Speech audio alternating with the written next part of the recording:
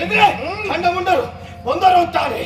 ಇದರಿಗೆ ಇರುವಂತಹ ಮನುಷ್ಯರ ಜತೆಯಲ್ಲಿ ನಡುಕ ಪ್ರಾರಂಭವಾಗ್ತದೆ. ರಕ್ತ ಮಾಂಸ ಮಚ್ಚಗಳನ್ನು ಹೀರಿ ನಮ್ಮ ಬಲವನ್ನು ಪ್ರತಿಷ್ಠಾಪಿಸಿದವರು. ಮೂರು ಲೋಕದಲ್ಲಿ ನಾವ್ಯಾರು ನಮ್ಮ ತಲೆಯನ್ನು ಹೇಳುವುದನ್ನ ಪ್ರತಿಷ್ಠಾಪಿಸಿದವರು. ತೋರಿಸುವುದಕ್ಕಾಗಿ ನಾವು ಮಾಡಿದ ಸಾಧನೆ ನೆರೆಯುವಿಕೆ.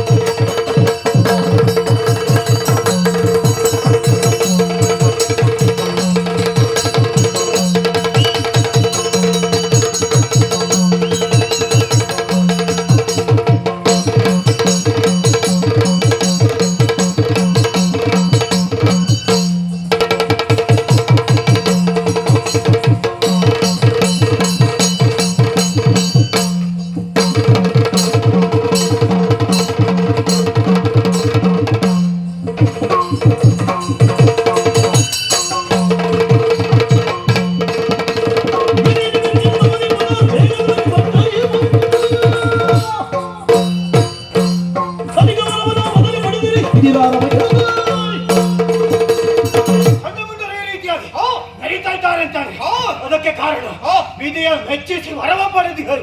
ಅನುಮಾನವಿಲ್ಲ, ಘೋರವಾಗಿರುವಂತಹ ವಿಫಲವನ್ನು ಸೇರಿ ಆ ಸೃಷ್ಟಿಕರ್ತ ಬ್ರಹ್ಮನ ಕುರಿತಾಗಿ ತಪಸ್ಸನ್ನಾಚರಿಸಿದರು. ತಪಸ್ಸಿಗೆ ಮೆಚ್ಚಿದಂತಹ ಒಲಿದ ಮೈದಾರಿದ ವರ ಏನ್ಬೇಕು ಅಂತ ಕೇಳಿದ. ತಡ ಮಾಡಲಿಲ್ಲ. ಗಮಿಸುವುದಕ್ಕೆ ಮನೋವೇಗ, ಹಿಡಿಯುವುದಕ್ಕೆ ಗದಾದಂಡ. ಅಷ್ಟು ಮಾತ್ರವೇ ಅಲ್ಲ, ನಮ್ಮ ಜೀವನದುದ್ದಕ್ಕೂ ಬ್ರಹ್ಮಚರ್ಯವನ್ನು ಅನುಗ್ರಹಿಸಿದ್ದಾನೆ. ಎಲ್ಲಿಯ ತನಕ ನಾವು ಬ್ರಹ್ಮಚಾರಿಗಳಿರ್ತೇವೋ ಅಲ್ಲೇ ತನಕ ನಮಗೆ ಮರಣ ಇಲ್ಲವೇ ಇಲ್ಲ. ಹಾಗಿದ್ರೆ ನಾವು ಇದೇ ಸಂಚಾರವನ್ನು ಕೈಗೊಂಡವು. ಕಾರಣ ನಮ್ಮ ಅಣ್ಣನೂ ಹೌದು ಒಡೆಯನೂ ಹೌದು ಆಗಿರುವಂತಹ ಶುಂಭಾಸುರನ ನಿಯಮ. ತ್ರಿಲೋಕವನ್ನು ಸಂಚರಿಸಿ ಬರಬೇಕು. ಪ್ರತಿಯೊಬ್ಬರು ನಮ್ಮ ಬಗ್ಗೆ ಯಾವ ರೀತಿ ಅಭಿಪ್ರಾಯವನ್ನು ಹೊಂದಿದ್ದಾರೆ ತಿಳಿದು ಬರಬೇಕು ಅಂತ ಹೇಳಿದ್ದಾರೆ. ಸಂಚಾರಕ್ಕಾಗಿ ಹೊರಟಿರುವಂತ ನಮಗೆ ಈಗ ಬಾಧಿಸುತ್ತಾ ಇರುವುದು ಉದಾರಾಗ್ನಿ.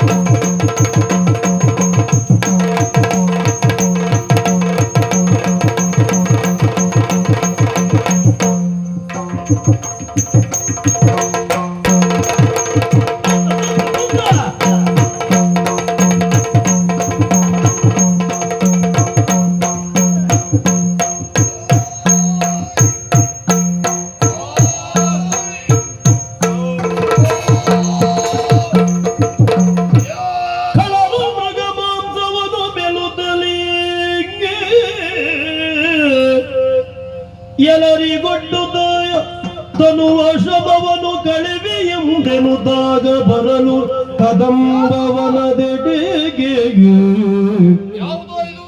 ತನುವ ಶಬವನು ಕಳೆವೆ ಎಂದೆನುದಾಗ ಬರಲು ಕದಂಬವನದೆಡೆಗೆ